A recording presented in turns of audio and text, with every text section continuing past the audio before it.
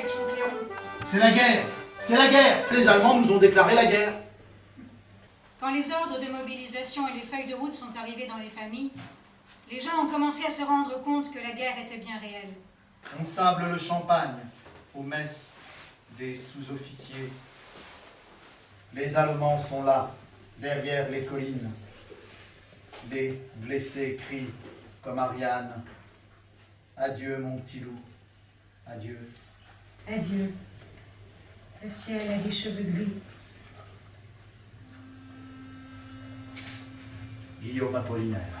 Ce n'est que Madelon, mais pour nous c'est l'amour. Quand Madelon vient nous servir à boire, sous la tonnelle, on frôle son jupon, et chacun lui raconte une histoire à sa façon. La Madelon n'est pas sévère, quand on lui prend la taille ou le menton, elle rit, c'est tout le mal qu'elle sait faire. Madelon, Madelon, Madelon.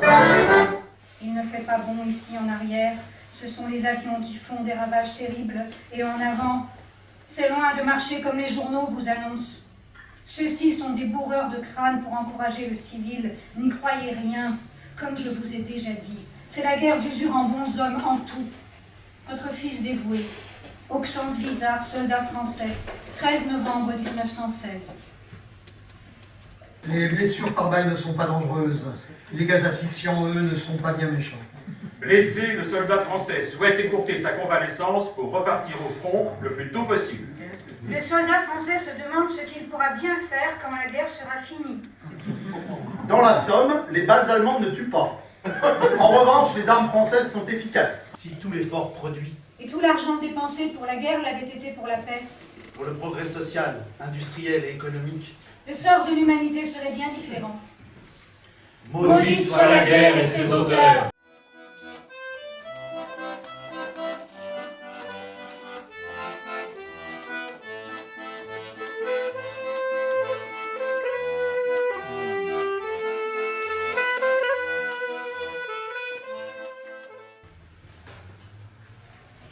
braves gens, vous pouvez dormir sur vos deux oreilles.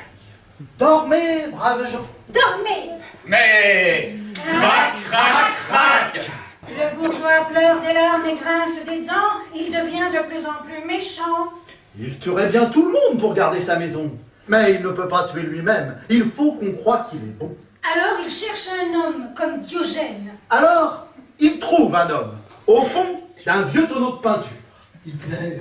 Hitler, Hitler. un vieil homme qui n'a plus même la voix d'un homme, mais parle comme une vieille femme, nous a signifié à 12h30 que cette nuit il avait demandé la paix. Les chefs qui depuis de nombreuses années sont à la tête des armées françaises ont formé un gouvernement. Moi, général de Gaulle, actuellement à Londres, j'invite les officiers et les soldats français qui se trouvent en territoire britannique ou qui viendraient à s'y trouver avec leurs armes ou sans leurs armes. J'invite les ingénieurs et les ouvriers spécialistes des industries d'armement qui se trouvent en territoire britannique ou qui viendraient à s'y trouver à se mettre en rapport avec moi. Que j'entre aujourd'hui dans la voie de la collaboration. Je vous ai tenu jusqu'ici le langage d'un père. Je vous tiens aujourd'hui le langage du chef. Suivez-moi. Gardez votre confiance en la France éternelle.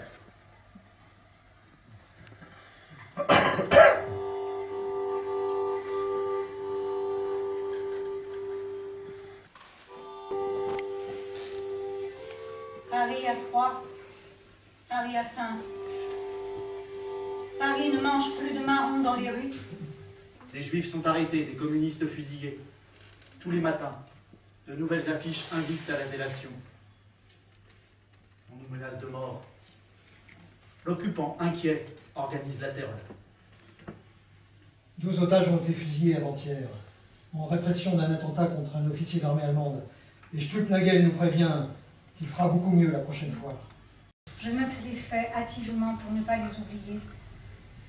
Parce qu'il ne faut pas oublier.